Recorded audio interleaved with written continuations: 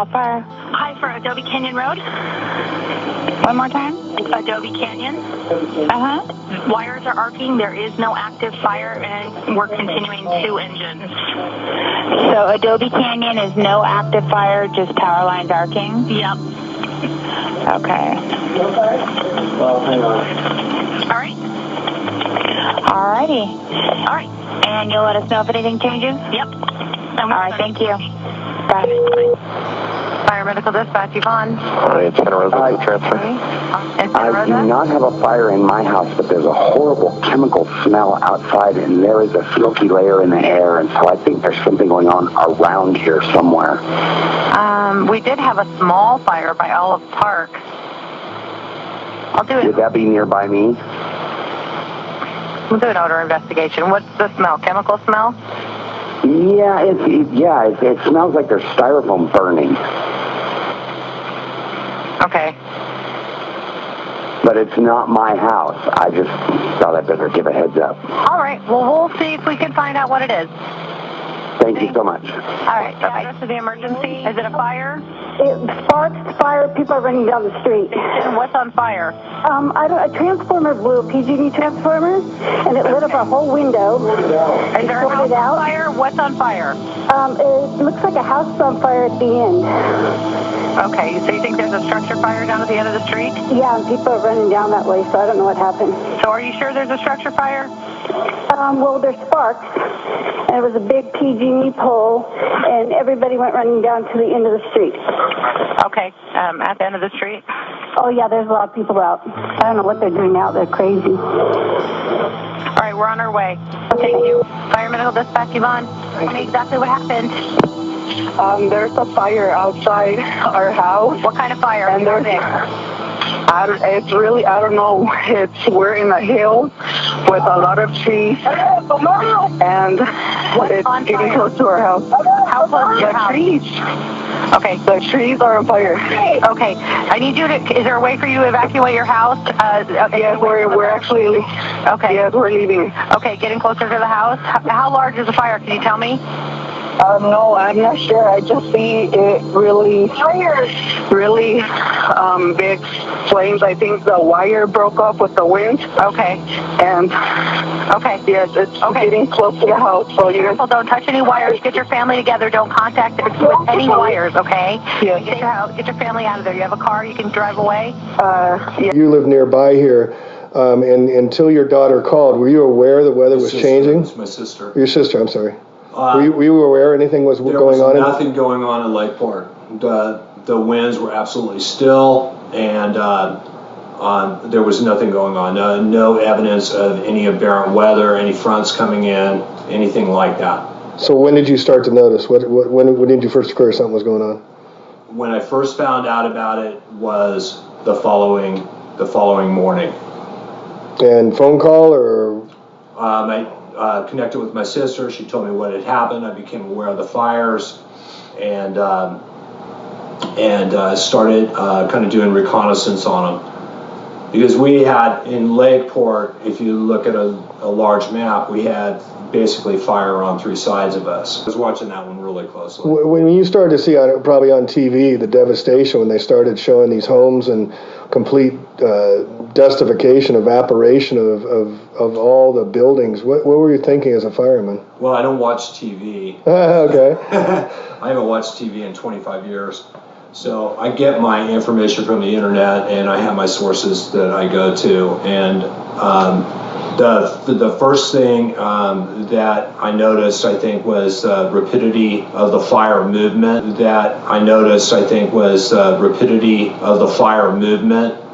Which seemed abnormally fast to me, considering that there was no weather fronts or winds or anything that I was aware of that would have driven the fires that quickly.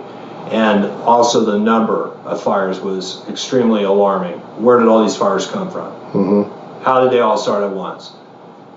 And so I started digging, and when I started digging, I started looking at the research that was available for looking at the destruction, which I have never seen in my career, the totality of the destruction on the structures. There was absolutely nothing left of the structures except foundation. Now, I've seen that with other fires, but not where it moves like that. Not where the fire is moving and one side of the street everything's fine, the other side of the street it looks like a nuclear war zone. Never seen anything like that. What other options could there be besides a high torch directed energy weapon that you could consider as a possibility in your experiences of all the firefighting you've done? There's none that I could think of. There's none. So this is the only plausible explanation that's being presented? It's the only plausible explanation, in my opinion. In your experiences of all the firefighting you've done? There's none that I could think of. There's none. So this is the only plausible explanation that's being presented? It's the only plausible explanation, in my opinion. That's the conclusion that I was brought to, based on my almost 30 years of experience. And you know that steel melts in thousands of degrees and all this, and to see steel bent like that, but have vegetation and plant life and eucalyptus trees. The holes that were burned through the hoods of cars all the way through the engine block are a little bit suspicious. Wasn't that crazy? Yeah. The aluminum on the ground that had melted. Now, I've seen that with other fires, but not where it moves like that. Not where the fire is moving and one side of the street everything's fine, the other side of the street it looks like a nuclear war zone. Never seen anything like that. What other options could there be besides a high torch directed energy weapon that you could consider as a possibility in your experiences of all the firefighting you've done? There's none that I could think of, in my opinion. That's the conclusion that I was brought to, based on my almost 30 years of experience. And you know that steel melts in thousands of degrees and all this, and to see steel bent like that, but have vegetation and plant life and eucalyptus trees. The holes that were burned through the hoods of cars all the way through the engine block are a little bit suspicious. Wasn't that crazy? Yeah. The aluminum on the ground that had melted to the... Let's talk for a sec about how a firestorm creates. And it's my understanding that a fire has to build its fuel and consume its oxygen to intensify over time as heat builds up over time. But we're having this firestorm. These fires happen in a matter of a couple hours and created thousands of degrees temperature without any provocation from fuel to build itself. It just happened, it seems like. Yeah. It seems like. Right. I mean, that's the only. I mean, it just happened over a couple hours, and then it was just about. I mean, we went through Old Redwood Highway here and went Mark Rest Road, and it was just amazing how there was nothing left. I mean, nothing. Yeah. And the fires, you know, they were out there within a few hours. So what could have caused that? A normal temperature up high in a fully involved structure fire is around 1100 degrees. Mm-hmm. That's normally what we consider. So plastics liberate a lot more heat than wood would, about twice as much. Did you hear anything about blue lights being seen and anybody saying that? I saw the photographic evidence on the internet. Did you see, I heard of anybody else commenting that they've seen blue lights, like they've been commenting on my site that I saw blue flashes, I saw it, and other people have been saying it as well. Yeah, just some in passing, but I saw actual photographs that people took from their cell phones, their cameras. All right, and then how do you feel about learning that the Planning and Zoning Commission is having the exact same footprints nearly as these fires were, and that now they're declaring... I talked directly about it, and we're all in agreement that something very strange, very unique and new has happened. Right. And have you been to tour the areas? Have you looked around at some of the areas? Only what I've seen on the internet from overhead. Gotcha. And I just drove down 101, so what I could see from the freeway.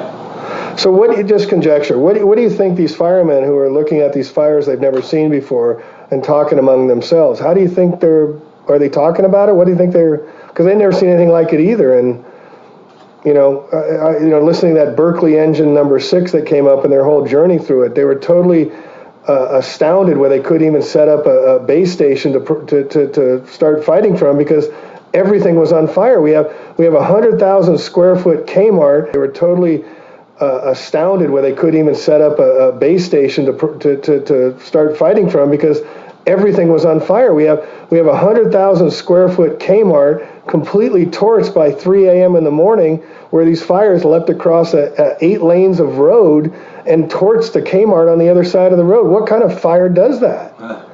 A fully sprinklered building. Well, yeah, that's the other thing is California has one of the highest sprinkler laws in the country. Not natural phenomena, unnatural phenomena. Like I said, I've never seen anything like it. And the other thing is that amongst some of the courses that I worked on, I taught a course, co-taught with others. That's where this t-shirt comes from. We flew back to Florida twice and worked with these guys one time for a week and taught a course on firefighter safety and survival. And so I have done a lot of case studies on different fires, both wildland and structural fires where firefighters have been killed. And I am telling you, based on my studies of actual case studies, that I've never seen anything like we just experienced in Northern California.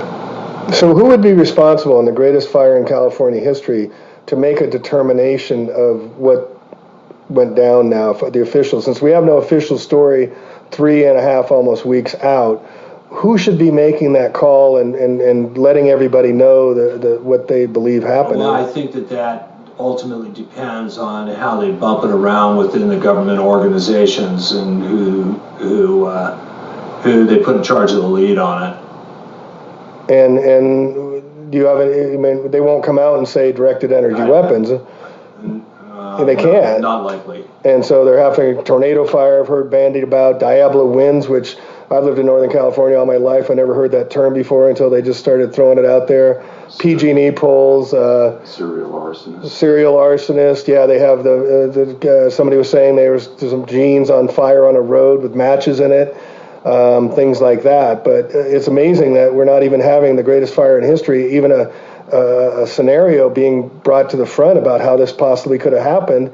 But yet over 100,000 people are lost their homes, and now they're meeting tomorrow with the EPA and FEMA, who've moved into Santa Rosa along with the military police, and they're going to dictate what these people's lives are going to be going forward if we don't get to them and start helping them ourselves, right? Right. And you were talking about the spiritual journey. You want to talk about how this is a spiritual war? You want to get into that at all? Not really right now. Have been victimized by this fire in one way or another. Those that were lost, those that were injured, those that lost property in their homes. And I don't know what's going to happen, but I think that as we, as human beings and as a community, come together, that we can help one another more than anticipating any help from the government. And that's my 2 cents on it. And are you willing to go and talk with other firefighters and see if they can help out and other people can be brought up to speed that we need to